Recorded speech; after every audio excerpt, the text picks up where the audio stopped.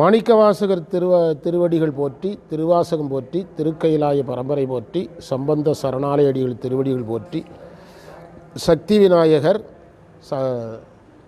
சவுந்தரநாயகி உடனமர் சுந்தரேஸ்வரர் திருவடிகள் போற்றி. எல்லா தெய்வங்களையும் போற்றி வகுப்பை தொடங்குவோம். திருவாசகம் 57வது மந்திரத்துக்கு முன்னுரை எழுதுங்க.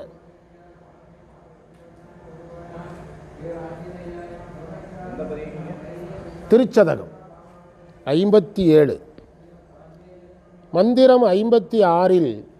இப்போ குரல் கரெக்டாக வருது பாருங்க. மந்திரம் 56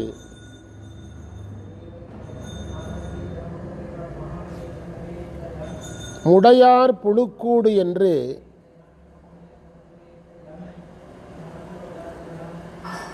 இழிவாக கூறப்படும் உடலை பாதுகாத்து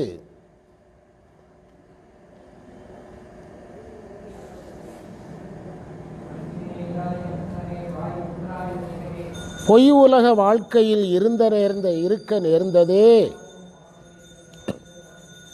பொய் உலக வாழ்க்கையில் இருக்க நேர்ந்ததே என்று மாணிக்கவாசகர் வருந்தினார்.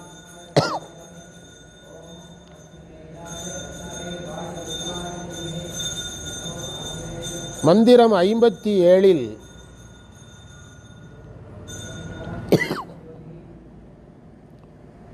இந்த உடம்பு இருப்பதனால் ஆசைக்கு உட்படுகிறேன் என்று வருந்துகிறார்.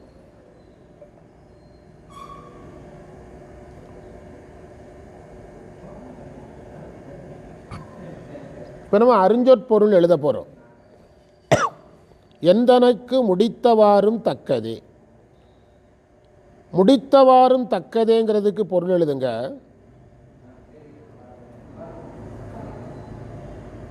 இந்த உடம்பை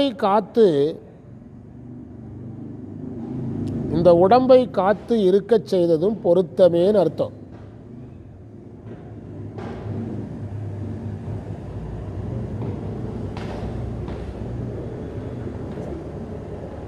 முன் அடியாரை சோராமல்னா தளர விடாமல்னு அர்த்தம். சோராமல், தளர விடாமல்.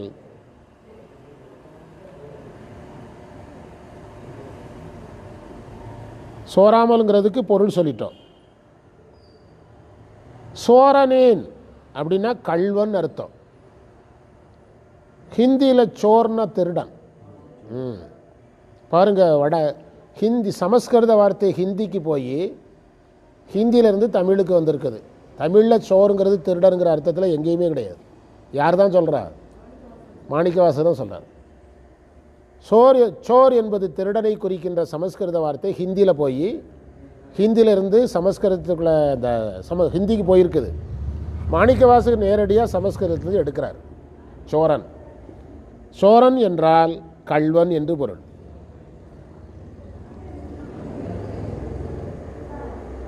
ஒருத்தி என்ற ஒரு வார்த்தை இருக்கும், அது மாயையை குறித்தது.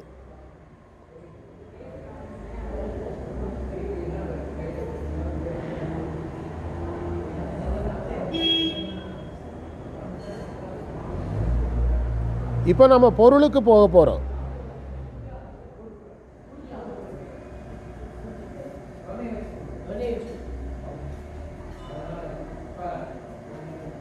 நன்றி சார், நன்றி. பிரசாதம் வாங்கிடுங்க.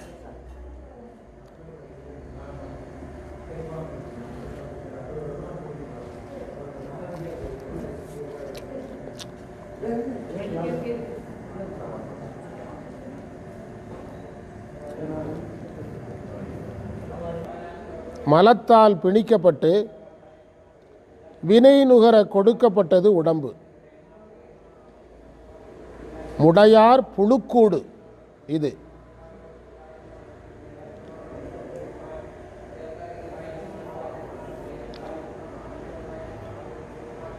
இதை காத்துக்கொண்டு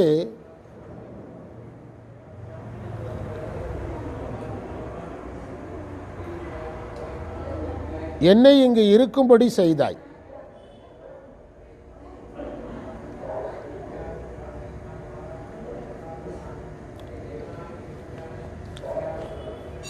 ஆனால் பக்குவம் உடையவர்களுக்கு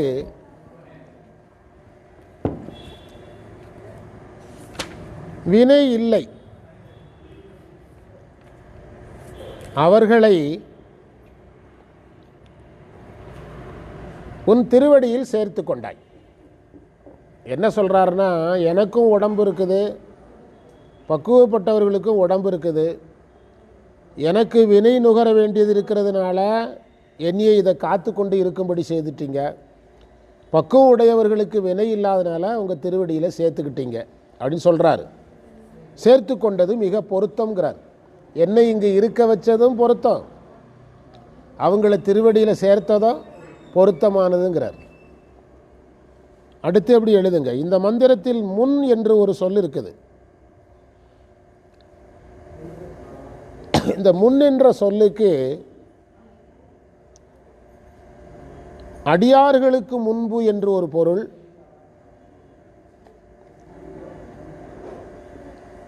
குருவாக உபதேசம் செய்த காலம் என்று ஒரு பொருள். குருவாக உபதேசம் செய்த காலம் என்று பொருள். இறைவன் மாணிக்கவாசகருக்கு உபதேசம் செய்தபோது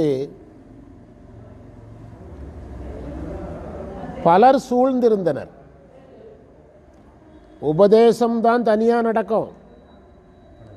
ஆனால் அதுக்காக இறைவனும் அந்த மாணிக்கவாசகரும் தனியாக இருக்கலல்ல, ஒரு கூட்டத்துக்கு மத்தியில் தானே நடக்குது.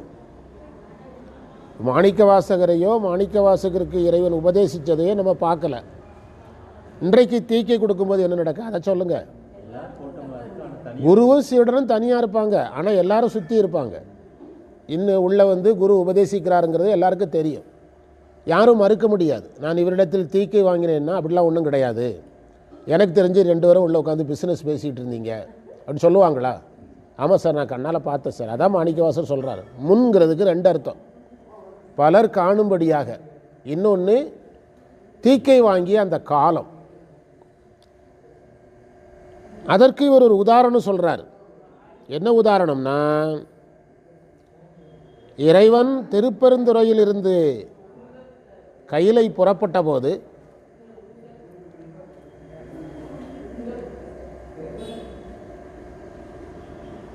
எல்லோரையும் தன் திருவடியில் சேர்த்து கொண்டார்.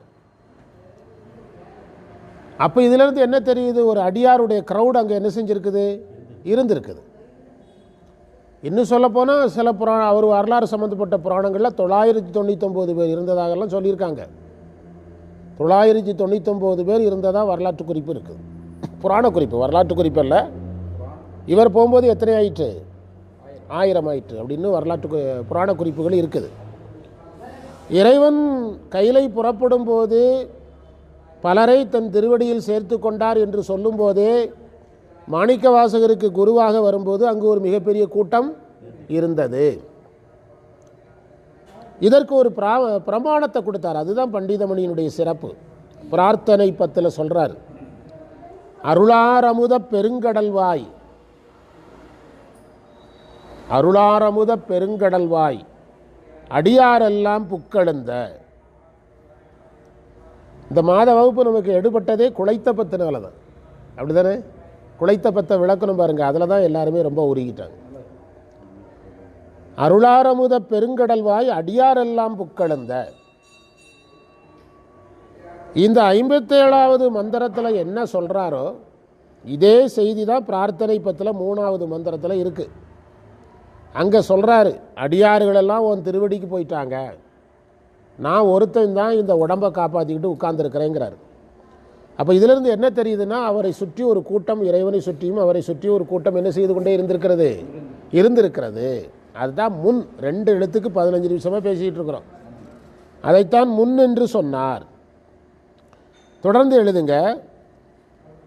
ஆணவ மும்மலங்கள் நீங்கும் வரை உடம்பில் இருந்தாக வேண்டும்.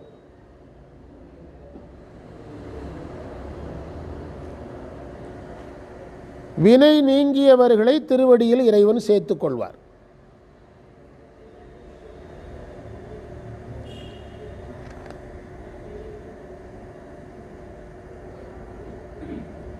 பக்குவம் முதிர்ந்தவர்களை மீண்டும் மலவாசனை பற்றாமல் காத்துக்கொள்ளுதல் இறைவனுக்கு பொறுப்பு. இவ்வளோ அழகான வார்த்தை பாருங்க, பொறுப்பும் கடமையும் ஆகும். பக்குவப்பட்டுட்டாங்கன்னா அவங்கள காப்பாற்றுறது இறைவனுக்கு பொறுப்பு.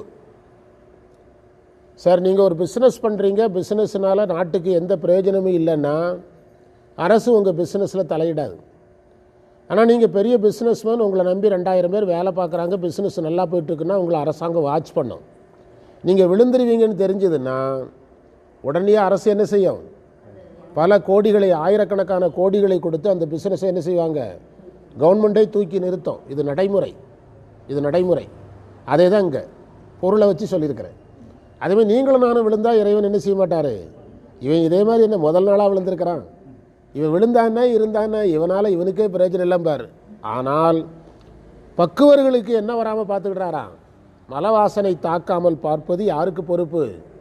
இறைவனுக்கு பொறுப்பும் கடமையும் ஆகிறது.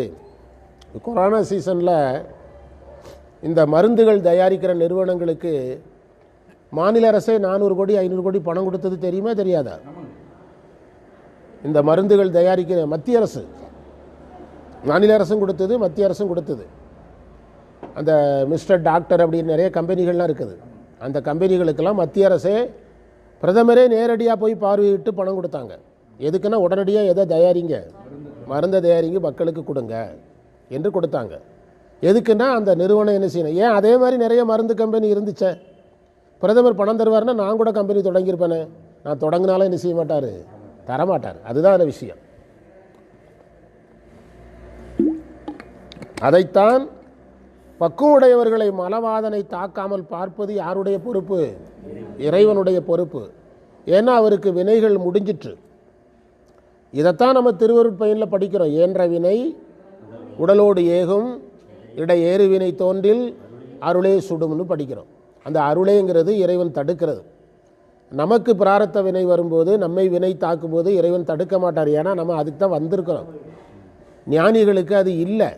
இல்லாதவர்களுக்கு வந்ததுன்னா இறைவன் அதை தடுப்பார். சரியா?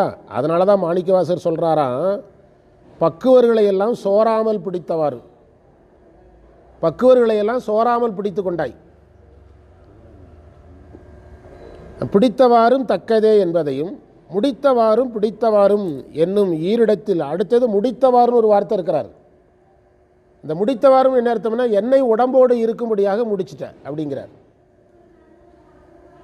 அதுதான் தக்கதேங்கிறது. அவர்களுக்கு திருவடி கொடுத்ததும் சரியான செயல்தான், என்னை உடம்போடு இருக்கும்படியாக முடித்ததும் சரியான செயல்தான்ங்கிறார். சரியா? தொடர்ந்து எழுதுங்க. வினை காரணமாக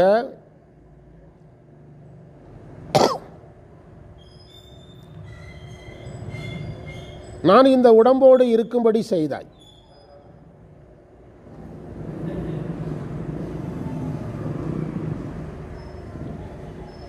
ஆனால் இந்த உடம்போடு நான் இருக்கும்போது புதிய வினைகள் வருகிறதே என்று மாணிக்கவாசகர் வருந்துகிறார்.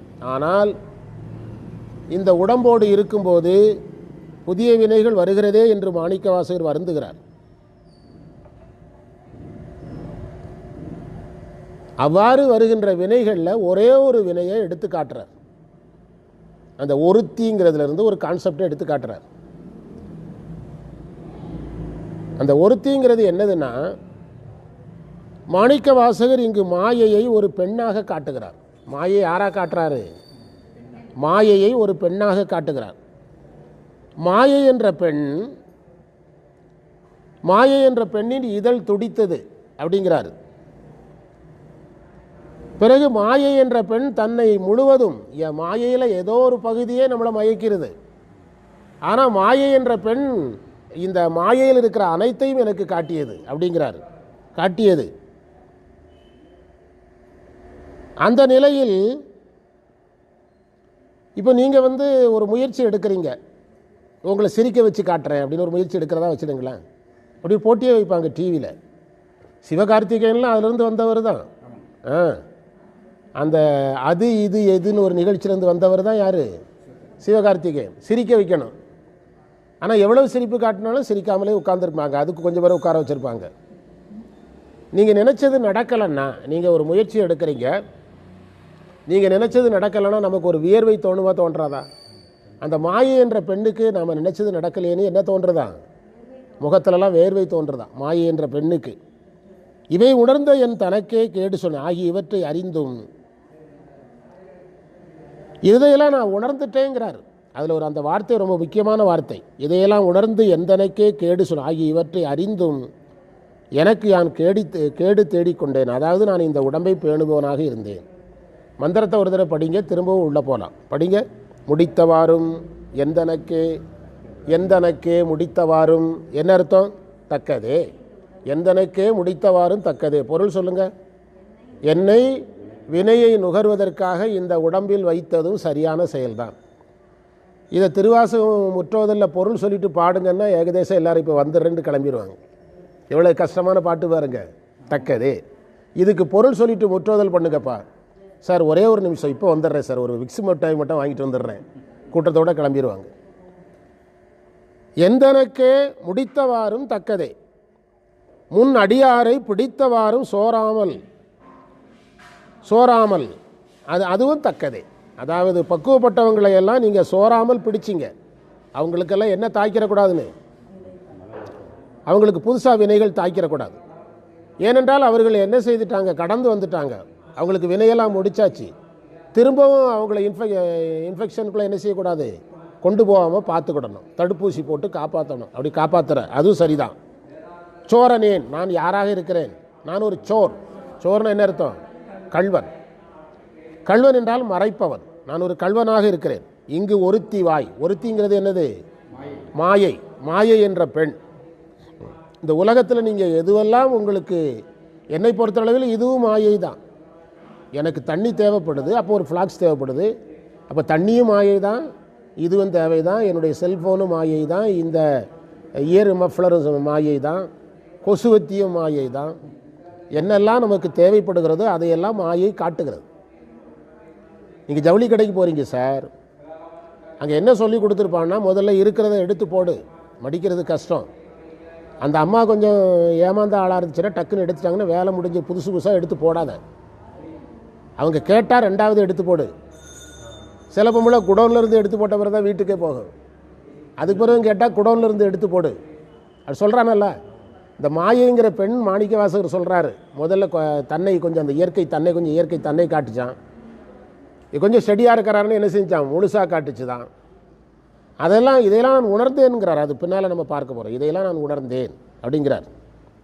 துடித்தவாறும் ஒருத்திவாய் துடித்தவாறும் துகிலிரையை சோர்தல் என்பது தான் முழுவதும் காட்டுதல். இப்போ ஒரு வீடு இருக்குது, ஒரு பொருளை மறைத்து நீங்கள் ஒரு ஸ்க்ரீன் போட்டிருக்கிறீங்க. அந்த ஸ்க்ரீனை எடுத்துட்டா ஒரு வீட்டில் ஒரு 4 ரேக் இருக்குது, அதை ஸ்க்ரீன் போட்டு மறைச்சிருக்கிறாங்க. ஸ்க்ரீனை எடுத்துட்டா அங்கே இருக்கிற பொருளெல்லாம் வெளிப்படையாயிருதில்ல. அதுபோல் மாயை இயற்கை என்ற ஸ்க்ரீனை என்ன செஞ்சுட்டு தான் எடுத்துட்டு தான். ஏன்னா ரொம்ப கெப்பாசிட்டியாக இருக்கிறாரு, என்ன செஞ்சிருவோம்? எல்லாத்தையும் காட்டிடலாம் அப்படின்னு காட்டுச்சு தான் சொல்கிறாரு. இவ்வளோ அழகான மந்திரம். என்னைக்காவது இதுக்கு பொருள் யோசித்தோமா? பொருள் சொல்கிறவன நம்ம முறைச்சி பார்க்குறாங்க. அதான் இது யார் இவ்வளோ நேரம் சொன்னாங்கிறாங்க திருவாசகத்துக்கு. ஒருத்தரும் சொல்லலையே சார், அதுதானே சார் வருத்தப்படுறோம். யாரும் இப்படி ரிஸ்க் எடுக்கலையே, பண்டிதமணி எடுத்த ரிஸ்க்கு கூட யாரும் எடுக்கலையே, அதுதான் வருத்தப்படுறோம். துகிலிரையே சோர்ந்தவாறும் முகங்குருவேர் பொடித்தவாறும். அந்த இயற்கைங்கிற பெண்ணுக்கு என்ன இவ்வளவு ட்ரை பண்ணுறான், அசரவே மாட்டுக்கிறாரு. அதனால் அதுக்கு என்ன செஞ்சிட்டான்? முகமெல்லாம் வேர்த்துட்டான். இப்போ ஒரு ஸ்போர்ட்ஸ்மேன் இருக்கிறான் சார். அந்த ஸ்போர்ட்ஸ்மேன் இவர் சொல்கிறாரு, ஆசிரியரோ அல்லது ஒரு நிகழ்ச்சி நடத்துகிறவரோ சொல்கிறாரு, தம்பி உங்கள் திறமையை காட்டுங்கிறாரு. இப்படி பார்ப்போமே, ஒரு சினிமா வாய்ப்பு கேட்டு ஒருத்தன் டைரக்டர்கிட்ட போகிறான், அவன் தன் திறமையெல்லாம் காட்டுறான். இதெல்லாம் எப்போவோ செஞ்சாச்சு, இன்னும் அந்த சிவாஜி கணேசன் வசனத்தை பேசிக்கிட்டே இருப்பியா? புரியுதா? அந்த கட்டபொம்மனில் ஒரு வசனம் உண்டுல்ல, என்ன வசனம்? நாற்று நட்டாயா, களை எடுத்தாயா, இப்படி சொல்லியே நிறைய பேர் சினிமாவில் வாய்ப்பு வாங்கியிருக்கிறான். சிவாஜி கணேசன் பேரை சொல்லி, சிவாஜி கணேசன் பேரையே சொல்லிக்கிட்டே இருப்பியா? வேறு ஏதாவது புதுசாக பண்ணுறா? அப்படி விவேக் ஒரு படத்தில் பண்ணி ஊரே தீப்பிடிச்சிடும், புதுசாக எதையாவது பண்ணுறேன்ட்டு. அப்போ என்னத்தை சொல்லி இவனை மயக்குவது என்று அந்த இயற்கை எல்லாம் பண்ணி அசரமாட்டுக்கானுங்கும் போது அதுக்கு என்ன வேர்த்துட்டான்? முகம் வேர்த்துட்டான். பொடித்தவாறும் இவை உணர்ந்து இதை நான் உணர்ந்தும் கூட கேடு எந்தனக்கே சூழ்ந்தேனே. நான் யாருக்கு கேடு சூழ்ந்துட்டேன்? எனக்கே கேடு சூழ்ந்துட்டேன். ஆனால் அதை உணர்ந்தேங்கிற அந்த உணர்ந்தேங்கிற வார்த்தை மட்டும்தான் நமக்கு இப்போ முக்கியம். இந்த இயற்கை வர்ணனை எல்லாம் முக்கியம் கிடையாது. இதை ஒருத்தர் ஒரு கருத்தரங்கத்துக்கு நான் போயிருந்தேன். இதை இவர் முன் அடியாரை பிடித்தவாறும் சோராமல் சோரனின் இங்கு ஒருத்திங்கிறது மாயை என்ற பெண். துடித்தவாறும் துகில் இறையே சோர்ந்தவாறும் முகங்குருவேர் பொடித்தவாறும். காலையில் ஒரு 8 மணிக்கெல்லாம் எந்திரிச்சு உட்காந்துட்டேன். இந்த நிறைய நேரம் தூங்குவேன். ஆனால் இந்த சீசனில் நம்ம கொஞ்சம் சீக்கிரமாக எந்திரிக்கிறோமல்ல, காலையில் எந்திரிச்சு எழுத உட்காந்துட்டேன். வழக்கமாக இது சாயங்காலம் தான் எழுதுவேன். எழுதுறதுக்கு 8 மணிக்கே உட்காந்துட்டேன். காலையில் 8 மணிக்கே நோட்ஸ் எழுதிட்டேன். எதுக்கு? இந்த வகுப்புக்கு. அதனால் நல்லா ஞாபகம் இருக்குது. முகங்குருவேர் பொடித்தவாறும் இவை உணர்ந்து கேடு எந்தனக்கே சூழ்ந்தேனே அப்படின்னு சொல்கிறார். இப்போ நம்ம மீதி பொருள் பார்க்கலாம். டைம் கடந்தால் கூட அடுத்த வகுப்பில் சேர்த்து பார்க்கலாம். ஏன்னா மேக்ஸிமம் 10 நிமிஷம் பார்க்கலன்னா இப்போ கிளம்பிடலாம். சரியா? முடிக்க முடியலன்னா கிளம்பிடலாம். அந்த இயற்கை சார்ந்த செய்தி இருக்குது பாருங்கள், அதுக்குள்ளே நம்ம திரும்ப போக வேண்டியதில்லை. அது புரிஞ்சிட்டு நேரே பாடத்துக்குள்ளே வந்துடுங்க. எழுதுங்க. இறைவன் குருவாக வந்து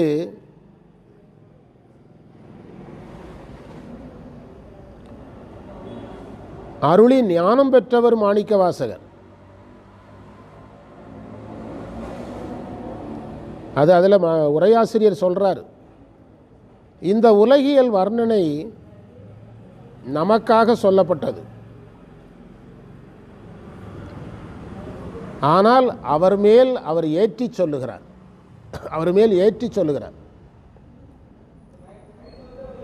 இப்போ அப்பா வந்து தீபாவளி நேரத்தில் பட்ஜெட் பற்றாக்குறையில் இருந்தால் எல்லாரும் குறைஞ்ச விலைக்கு துணி எடுங்கப்பான்னு சொன்னால் நம்ம கேட்க மாட்டோம்.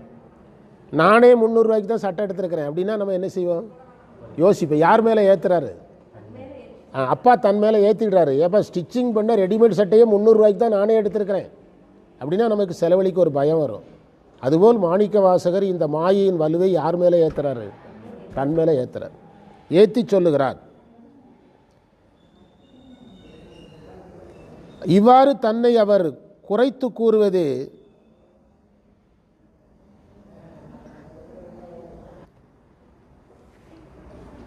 இது போன்ற இடங்களில் நாம் இதை மாணிக்க வாசகர் மேல் ஏற்றாமல் சொல்ல வேண்டும். இது மக்கள் இயல்பு சொல்லப்பட்டது.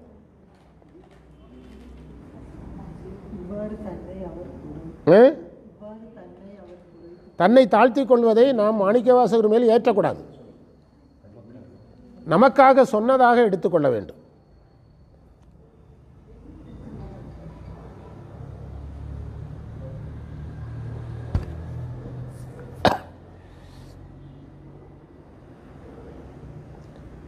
இங்கு ஒரு சித்தியார் பாடலை நாம் எடுத்துக்கொள்ளணும். மாயை மயக்கமும் அது சிவப்பிரகாசம். நீங்கள் சொல்கிறது பரவாயில்ல, அதை சொன்னது அளவுக்கு தெளிவாக இருக்கீங்கல்ல. மாமாயைங்கிறது சிவப்பிரகாசம் 70. மாயை மயக்கமும் செய்யும்னு சித்தியாரில் இருக்கு. மயக்கமும் செய்யும். சித்தியார் 2ஆம் நூற்பா 53வது மந்திரம். அதை இங்கே பொருத்திக்கலாம். ஆமாம்,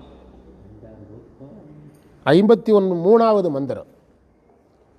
இந்த மாயையின் செயல்களை மாணிக்க வாசகர் வஞ்சம் என்று உணர்ந்தார். அதான் அந்த வார்த்தை தான் முக்கியம்.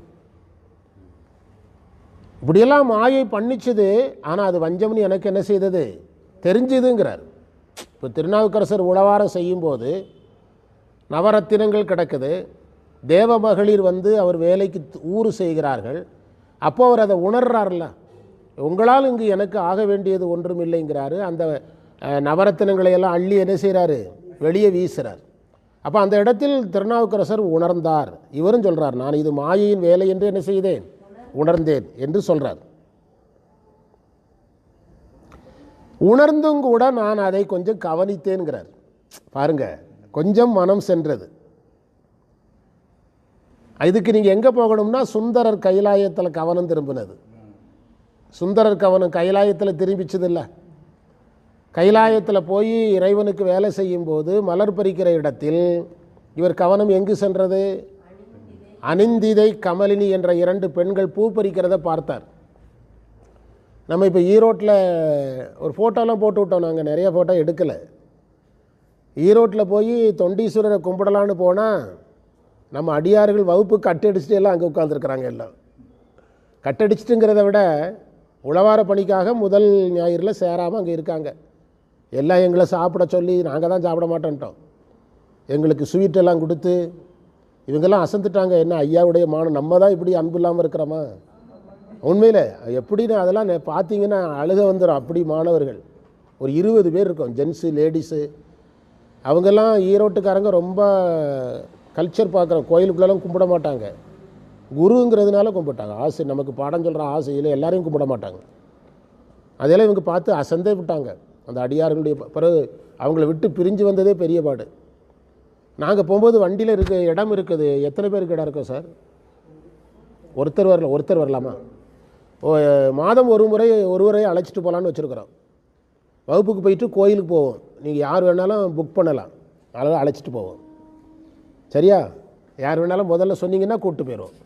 ஒவ்வொரு வகுப்பு அட்டன் பண்ணும்போதும் ஒரு கோயில். இந்த தடவை தொண்டீஸ்வரர் பார்த்துட்டு வந்தோம். கோயில் அப்படி கண் முன்னாலே நிற்குது. நான் அந்த கோயிலை கும்பாபிஷேகத்துக்கு பார்க்கல.